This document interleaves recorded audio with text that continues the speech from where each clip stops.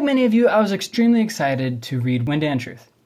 When I got it, I was so excited. I was reading some other books. I would go and just allow myself to read one chapter, and then I'd go and read, and then I'd go back and read one chapter a day, so I could drag it out as long as possible, because it was the ending of the first arc of a 2-arc story.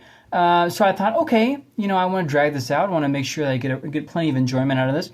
But then I started seeing a lot of people online talking about how it wasn't very good, and I started looking on Goodreads, and the score started dropping, and I started getting really concerned, and I was like, okay, what's going on? So then I stopped everything I was doing, went full at it, reading just this book, and I tried to plow through it as fast as I could. And, I don't really want to talk too much about the Stormlight Archive as a whole. I just basically want to ask the question, is Wind and Truth really that bad? And I'll just say this, no, I don't think so. I would give it a 4.5 out of 5. And I know right then there's going to be people who say, that's just stupid. How could you possibly compare it to Way of Kings or Words of Radiance? And hold on. Hear me out, okay? First off, I will say this book definitely was not perfect. However, that's not to say that it's as bad as everybody's saying. And I think there's two things to consider before we actually look at the book itself. Issue number one that I think people have is Stormlight Archive is huge. It's just a massive series. I mean, when you have every single book is 1,000 pages or more, people there's a lot of commitment that goes into a series like that. And whether you realize it or not, you get to a place when you're reading through a series like that, and you just kind of have really high expectations. You might not even realize that that's the way it is. And so you already know in your head how you want it to end, and everything has to be perfect, and all this different stuff. And so you're kind of setting yourself up for failure. It's kind of like when you go to get married, and you have this expectation that your wedding is going to be flawless, everything is perfect, and it won't be. And you can turn into Bridezilla, but that's not going to change it. It's not going to make it where the wedding goes off without a hitch. This is not going to happen, right? And I think people did that with Wind and Truth. They already had in their mind how they wanted it to go. And Rhythm of War kind of upset that for some people. Oathbringer maybe too. I really I don't go to the series and I really have oh, this is better than this. I just they all have their own warrants. And I'm going to mention this in just a minute, but I'm not a Brandon Sanderson fan, so it's not like I'm just giving him a way out. I'll get to that in a second. And Stormlight Archive is actually the only of his series I have read the whole series, okay, except for Elantris, which is a standalone book, so that doesn't really count. And I read some of his other standalone books, like Trust of the Emerald Sea. Didn't much care for that one. Yumi, didn't much care for that one. Kind of didn't even finish that one. I might try it again for the future. I don't know. Stuff like that. Yeah. And then I think the second big issue that people had with this book is that Sanderson for a while got overhyped, where everybody thought that he was the best thing in the world. He couldn't have a mistake. He was popping out books left and right, and he was just man, this guy is flawless. He's the best thing in the world. And add that to the frustration of George R.R. Martin not finishing anything, and Patrick Rothfuss, doing all of the things that he's been doing. And I think that kind of made it all the worse that people were flocking to Sanderson and making it like he was the best thing in the world. Couldn't make any mistakes. So they overhyped him. And I think that also set people up for failure. Because anytime, it's a pendulum, right? Anytime that people go, this is the best thing in the world, hold on, there's going to be blowback.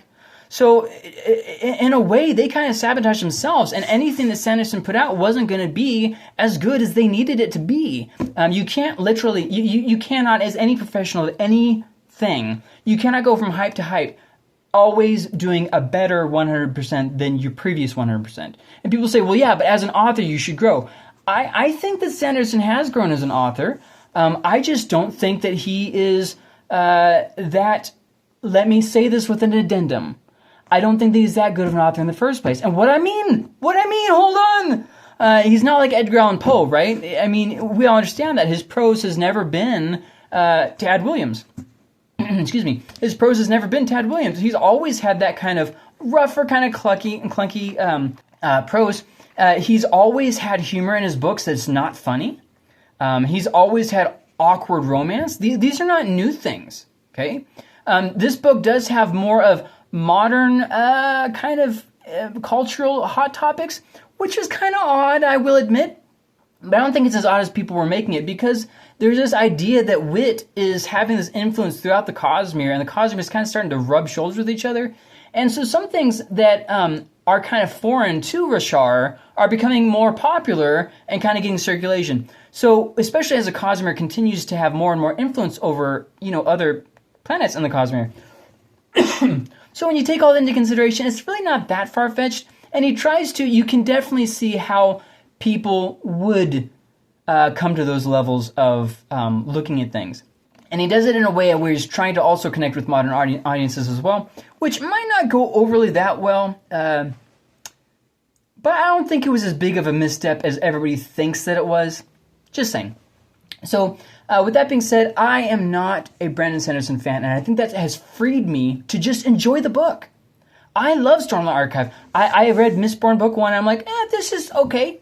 I mean, it didn't blow me away. I might read it again. It's not Stormlight Archive, and I personally had numerous times throughout Book 5 of Stormlight Archive, Wind and Truth, where I just had to sit down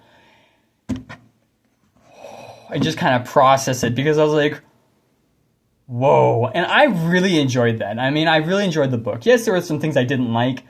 I didn't agree with everything that he said as an author, or his take on certain cultural hot topics.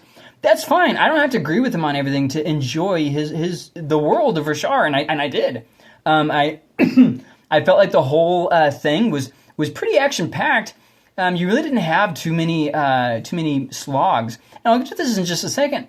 But a lot of times people complain about the book, and I just don't really feel like that's as big as people. In fact, let's just talk about that right now. Everybody complains about the length of this book. The only part that I felt was a little bit dragged out was like the last 15 pages. I thought there's like 5 different endings here, and I understand how he did that.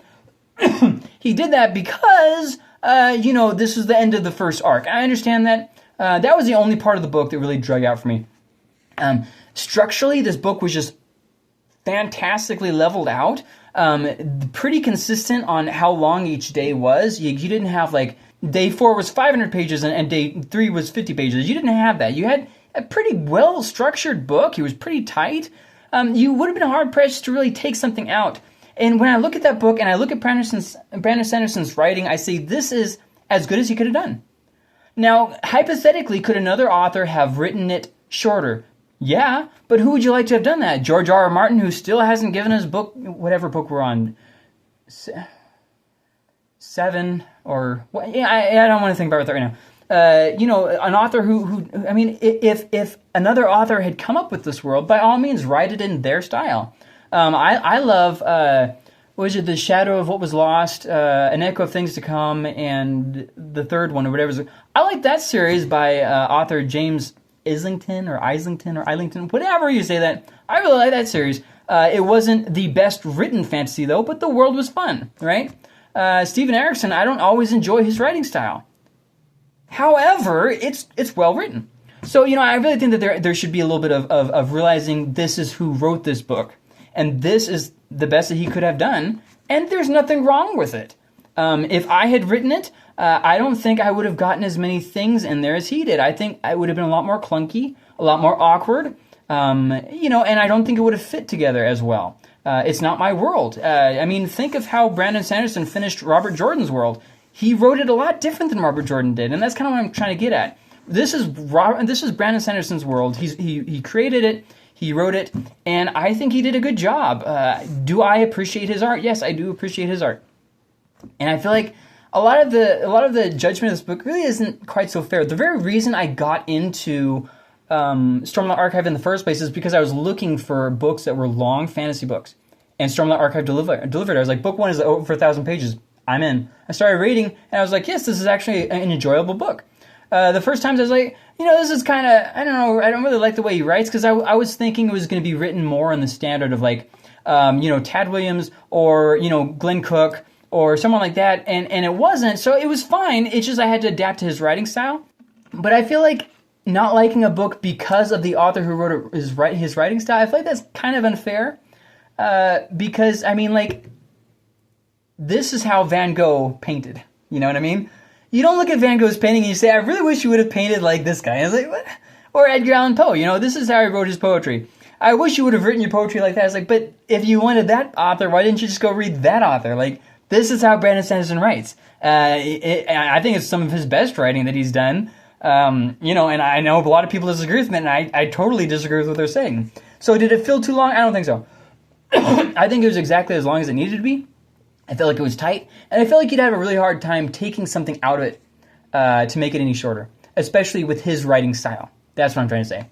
Can you enjoy this book without getting into the rest of the Cosmere? I did. Like, I understand there are some concepts from, like, Warbreaker and stuff that I totally didn't, or Mistborn, that I really just didn't get. That's fine. Like, I'm totally okay with that. As far as not knowing the whole Cosmere and still enjoying the book, I still was able to enjoy it. Did I get every single little subtle nuance? No, I didn't. Is that important? No. You don't have to understand every single passing comment that everybody makes to enjoy a story, right? That's something that I think the modern book has really caused a problem with. It's been so dumbed down that the American audience has to always have something so dumbed down for them that if they don't understand every single thing, they act like it's the world's, the biggest insult in the world. And it's not. I feel like, you're not going to understand everything if you don't know all the Cosmere. That's fine. It's not like it's going to be unenjoyable. You can just fill in the blanks yourself and be fine with it. So I would not say that is going to be something that that holds you back from enjoying this book. As far as, okay, so he just kind of gets, he's too long-winded in this book. I would massively disagree that he's too long-winded. Obviously, I enjoyed the length of the book. I've made that painfully clear. But he has never been, he's always been long-winded. When you look at Mistborn, that sucker's like at least 20% longer than it needed to be, right? And I think part of that is the fact that I didn't enjoy it as much as I was thinking that I would. So for me, I was ready for it to be done, right? I remember there's one part where Kelsier and Vin, not really a spoiler at all, are discussing the magic system. And I remember reading that and I was thinking, okay, well, it's just not really into this right now. Let's kind of move on, But I can understand, it's very well organized and stuff, and that's fine. I just was over the book already. So it was harder for me to really slow down and enjoy it. And then when you look at Elantris was longer than it needed to be. It very much so drag out in certain places. And, it's okay. There's no such thing as a perfect story. There's no such thing as a perfect writer. And so some books really have to have those problem areas and those slinks, because if every single book was written with the same way, I think you'd get bored of it. And maybe I'm making that too simple, but I really feel like it is that simple. Has his writing gone downhill? I would say no. There are some things that felt a little forced. I'll get to that in just a second, but it wasn't as bad as people think it is. The reason why it wasn't as bad is because, hypothetically, in an alternate universe, I can see how people would come to similar conclusions in how they talked. See what I mean? In the Cosmere, I don't believe that Earth actually exists, so there really is no crossover, but I mean, there are things that are going to overlap. For instance, in Mistborn Era 2, I hear that there are guns. Okay, well, that's probably something that relates to our culture, right? Excuse me. But then you look at at Rashar and you see Stormlight and you think, well, that's probably not something that has a one-for-one equivalent in our culture. It's completely other, right? And you might say, well, that's all I wanted. I want a fantasy that's completely other. Impossible. Because our brains only interpret information based on experience that we've had. So basically what I'm getting at is, what are you going to do? Have something that doesn't wear clothes, doesn't have speech, doesn't have a body? Like, it's impossible to have no overlap. And he wasn't trying to have no overlap. He was trying to tie the Cosmere together. And so, with all that being said, I don't feel like it was as bad as people are saying it. It wasn't as downhill as people are saying. And I really think that the first two books of Stormlight are overhyped. Way of Kings and Words of Radiance. I feel like people make them into like God. And I feel like they were good. I'm not denying that. But when I go back and read Way of Kings, I think, yeah, it was a little bit not written as well as it could have been. I love that book. It's a 5-star book for me. However, yeah, I would say there are parts that I'm like, as far as him needing a new editor, I disagree. I mean, I did find some errors when I was going on. I was like, but I always find that in books, and I don't really feel like it's that bad. If you're talking about an editor to downsize it, I don't agree. I feel like the editor did a good job. with something this big. Yeah, it's the biggest book he's ever written. A lot happens in it, like a crazy amount of stuff. It's not like they're just sitting around tying their hair into braids for 10 days.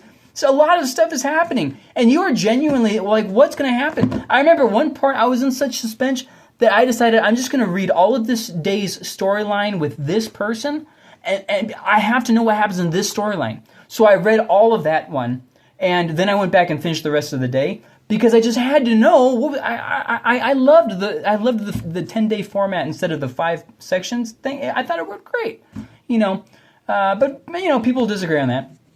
I think another big thing is that, and not only did people make book 1 and 2 into, I think they kind of blow it up as being much better than it was. I'm not saying they weren't good books, but I think all of them are good, just in their own different way. It's like, which of my children, I have 5 kids, which of my kids is my favorite? I don't have a favorite. I like all of them in a certain way differently than the other one, you know what I mean? You kind of get what I'm saying? Like, I'm not saying I don't love all my children, but there are certain things about each one of my children that makes them unique, and I love that thing about them that makes them not like the other in their own ways. You know what I mean? It's not a thing about favorites. It's they all are so unique, and it's the same thing with these books. They're all so unique. You don't have to say, this one is my favorite, therefore I don't like the other ones. Like, you can say Way of Kings was good. It really was. But, and this goes to the next thing I was trying to say here, people read the stories and they wanted a Kaladin archive instead of a Stormlight archive. And I will agree. By the end of book 4, I was like, Shallan, I am over you. You girl are just too much. I can't stand you, right? And actually, I was dreading reading Shallan's storyline in book 5 because of how tired I was of her from book 3 and book 4.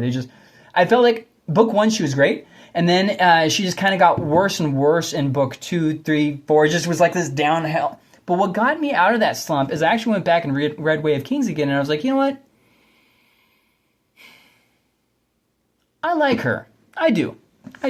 I'm not always a big fan of what she does, and that's the big difference. Is Kaladin can do no wrong for me. I love the guy. I love his storyline. Everything he says, everything. I love him. I want more of him, right? And I think a lot of people did the same thing. They started around Stormlight Archive. They got hooked on Kaladin, and they thought, I want a Kaladin archive. And so if you're going to this book thinking, I want Kaladin, and nothing but Kaladin, you're going to be disappointed. If you can't enjoy the world and see how the different pieces fit together, you're not going to enjoy this. Now, more on that in just a second.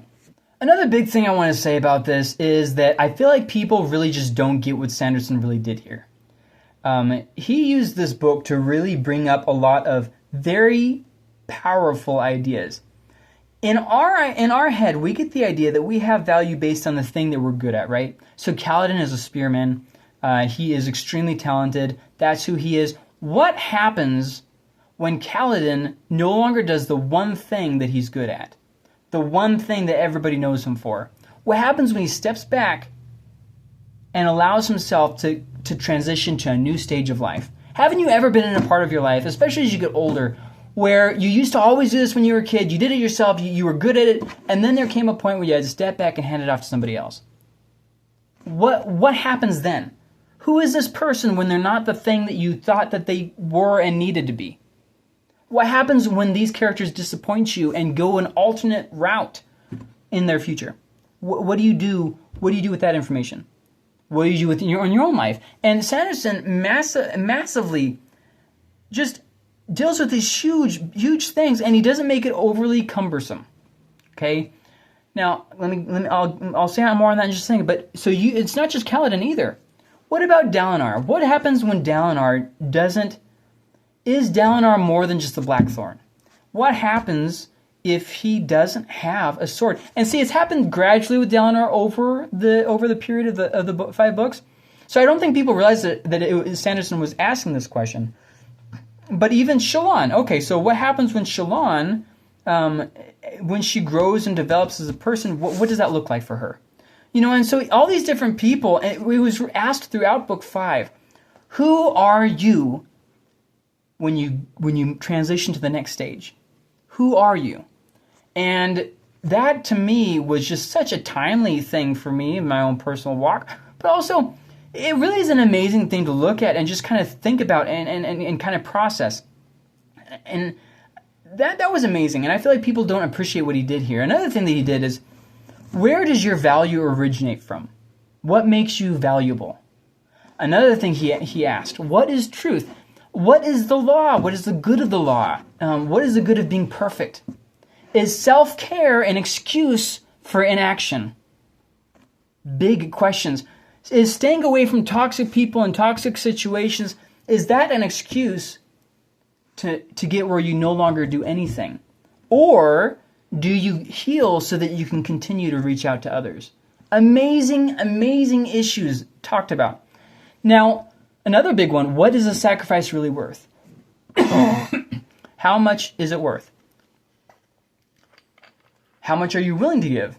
Really great ideas here. Now, I will say that some of them didn't feel like they were fully fleshed out, but I don't necessarily say that it wasn't because they were fully fleshed out. I feel like it was more like he didn't fully answer it for you. Just kind of asked a question, gave it some context, and kind of just left the ball in your court. And that worked for me. It did. It really did.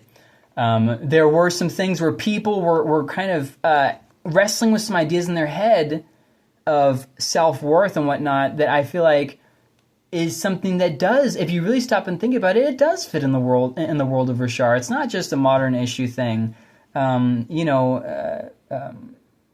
it have been written differently? Yes, but I'm okay with how it was written. And once again, that's everybody else's decision. But I think at this point, everybody's hopped on the train of it's a bad book, and I feel like people just get so much wrapped up into letting others influence their own opinion. So yeah, I read this and I was disappointed. This person was disappointed. So then everybody starts talking and they get themselves all worked up and now everybody's disappointed. And now it's the worst thing in the world. Brandon Sanderson is a hack. And it's just like, really? Like, let's wind it down a little bit. I mean, do I think Brandon Sanderson is the best writer? No, he's not even my favorite. But I think his Stormlight Archive is incredible, and I think he's an incredible guy for coming up with it. He seems like an interesting person, but as an author, this is phenomenal. It really is a massive undertaking that he has done. Now, I'm not fully on board with how the series might be going from here on out. I don't know. There are some things I really didn't like. I was like, oh, I'm trying to be okay with this. I really am. Just let go. And I had a really hard time. So let's see. The good news is I have plenty of time to get used to this before the next book comes out. I mean, it's a 2050. I don't know when the thing's going to. That's, assuming I don't die or he doesn't die or whatever, So, yeah. And there are some philosophical things that could have definitely been handled better. I'm not gonna say that it was handled perfectly, but I think things are never handled perfectly. The point isn't for it to be handled perfectly. It's rather just to wrestle with it. And once again, a different author could have written it differently, but that doesn't mean that it would have been better. It would have just been different. But something that I think is important is this is Sanderson's magnum opus. This is the big idea that he had. With that being said, you look at an artist producing a massive undertaking. I don't think that it's overly fair to go to that and say, you know what, you took a wrong step there. He is sharing his art with me. You know what I mean? I'm not coming as a reviewer, I'm coming as a consumer. And I think that people lost a lot of pleasure from this book because of that. They weren't able to just go to it and enjoy. And I came to this book to enjoy. I said, okay, Sanderson, this is your big idea, your big dream, and I want to hear what you have to say. And, who am I really to say that he misstepped on his own dream?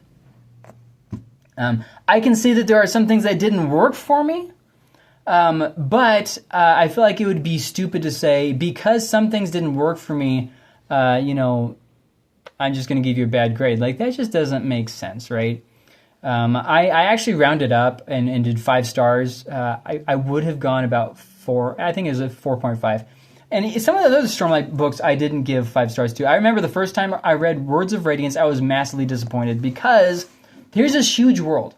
And I wanted to see all the world, right? The whole thing. And Words of Radiance picks up right where Book 1, Way of Kings, ended. And you're still in the Shattered Plains, barren and desert and dry. And I was just like, are you freaking joking? And then Book 4, that amazing journey in, well, you know what I'm talking about. That massively worked for me. Book 3, we really started to see the bigger world, and then the certain explorational aspects. That worked for me, massively so. But I did not enjoy every single thing about it, and I will say that the ending traumatized me. I didn't see too much of how it was going to end, because I share a similar religious background with Sanderson. He's Mormon, I'm not Mormon, I never have been Mormon, but religious groups have some similarities to them there. And so when he brought up this issue between some of the issues that came up, I very much so had a bit of a, how in the world is he going to get out of this? And I really didn't know. There was a good majority of the time that I thought everything's just he's just going to end this like a doom and gloom book, and there's going to be no hope. And I mean, why not? Why have hope and joy? Why not let's all just the ending, the series was really good. The ending, I feel like he stuck it really well. I think you should give it a try. Now let's go on to the last big issue, and that is romance. You're going to find this out pretty early on. There is some LGBT characters in this one. There have been in the other ones. It's just I don't really pick up on subtle things, evidently. I thought I was paying close attention. I was not, because it was there before. I just didn't really connect the dots. So there is some LGBT content here. Some people are going to love that. Some people are going to hate it. I hated it, but not for the reasons that you probably think that I hated it. I'm not one of these people who has a problem with gay characters being in books. I really don't. I have a problem with gay characters being in kids' books. I understand that people don't agree with me on that. That's fine. We don't have to agree on everything. But I'm not one of those people who reads fantasy and says there cannot be any gay characters. I mean, that's silly. I mean, you have characters who are murderers. You have characters that are, doing all these good things and bad things, and, all these different gray characters. And, what's the difference between, these other characters who are doing good and bad things and these characters who are doing good and bad things? I don't really feel like... I feel like fantasy should... that's fine. That's fine. As long as... Now, addendum. As long as you're not just trying to push an agenda. Because I feel like a lot of fantasy nowadays is trying to push an agenda and then saying, well, if you don't like it, that means that you don't like gay people or trans people or whatever. And it's like... Can I just enjoy a fantasy book without feeling like I'm getting preached at? And I think that's one of the problems that people had with Wind and Truth, is it felt like maybe Sanderson was preaching about different things, not just the gay characters, but some other things too. And I just don't really feel like that was what it was at all. In fact, I thought that the characters were very believable all throughout. I feel like, psychologically speaking, Sanderson really understood the characters. So let me just say that. However, the reason why I had a problem with the romances in the story is because I don't like romance in the books that I read. I don't like it. I hate it. I want fantasy to just be fantasy. I don't want romance in it. I don't want people getting in relationships. I want to be a part of a world that I've never seen, and I want to love it, and just that, right? When I read Chronicles of Narnia as a kid, that's all I wanted. Adventure, just the wonder of the world. Great, excellent. When I read the Deed of Paxenarian, that's all that I wanted. It's this complex world, and I just wanted to explore it, and it was wonderful. Tad Williams' Memory, Sorrow, and Thorn. Excellent. How are we going to get away from this with good versus evil? It's great. Awesome. I love that kind of stuff. I hate romance and stuff. I didn't even like, I don't even like Shallan and Adolin's romance. I'm just like, gag. I hate it. So what was it that I didn't like about the gay relationship? To me, it felt a little bit forced. All that it really seemed like was there's two guy characters that needed a friend. And they each needed a friend, and they enjoyed each other's company. Why does it have to be a sexual thing? I don't know. I just didn't. It felt like too rushed. You have one of the characters is just kind of an introvert, and then all of a sudden they start being really forward about stuff. It didn't feel overly natural. Didn't feel like it really fit. If he wanted to not turn, I shouldn't say that, because I think, I'm thinking, if I'm understanding it correctly, that they were gay all along. But if he wanted to develop that relationship into a gay relationship, it seems better to me if he would have spaced it out into a couple different books like that, you know what I mean? Kind of built towards it, instead of just rushing it, you know? And for the story's sake, it didn't even need to, it kind of just felt like a distraction rather than a natural progression. And, you know, obviously there's going to be people who disagree with me. I'm okay with that. But that was one of the things I didn't really care for, was the romance at all. From the straight or gay characters, I'm just like, I don't want this. Let's move on and get back to the fantasy elements of the story. But I mean, that's the same for any romance fantasy. I don't like those. I'm not going to read those books by Rebecca whatever about the dragons and wind and flame or onyx storm or whatever it's called. I'm not going to read those because they have you know, they're romance fantasies. I don't do that. The one about the court of storm and thorns and mists or whatever it's called, I'm not going to do that. I'm not. Once again, the whole fantasy thing, I mean, that's a major premise of the book, and it feels like to me that when you do that, you're writing a romance book and just setting it into a fantasy world rather than writing a fantasy with romance in it. And I don't really care for romance anyways in books because it typically is more lust-based instead of two people with real love.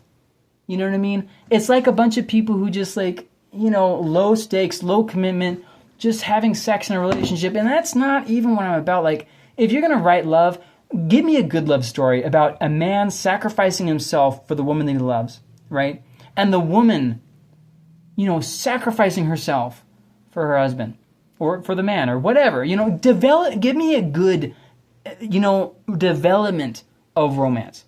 Tad Williams got awful close with a romance arc in one. I don't want to give any spoilers, but in one of his books, and I it was almost exactly what I was wanting. I was like, this is pretty close, Williams, pretty close. So I was okay with it, you know. But yeah, that's why I had a problem with the romance in the book. You know, that didn't work for me. Now, obviously, there's going to be those really small thinking people who say, you didn't enjoy the gay romance, you must be homophobic. And it's like, okay, well, if you're really gonna be that shallow in your thinking, that kind of sounds like it's your problem and not mine. Were there some cringy statements? I know a lot of people said this. There's a lot of cringy stuff happening in Wind and Truth. I don't think there's that much cringy stuff as people are saying. There's a certain line, and there's no spoilers here. Really, there are no spoilers here, but there's a certain line spoken by one of the characters where he's asked, who are you, his god? And he replies, no, I'm his therapist. I didn't think that was that cringy. Because at the beginning of the book, this character was told, you know, to try this out. And there at the end of the book, he's like, yeah, I'm trying this out. And they're like, well, okay, well, what's that? What's therapy? He's like, I don't really know. I'm trying to figure this out. And I didn't feel like it was cringy. I really didn't. There are some cringy things in here, but I didn't feel like there was as bad as... I mean, Sanderson always has some cringy dialogue. It's, you know, just a little bit clunky. It's been there from Elantris. It was in Mistborn. It was all throughout the Stormlight Archive. I mean, it's just something of who he is. Like his awkward humor, where it's just like, There's been very few times when I'm reading a Sanderson book and I've actually laughed.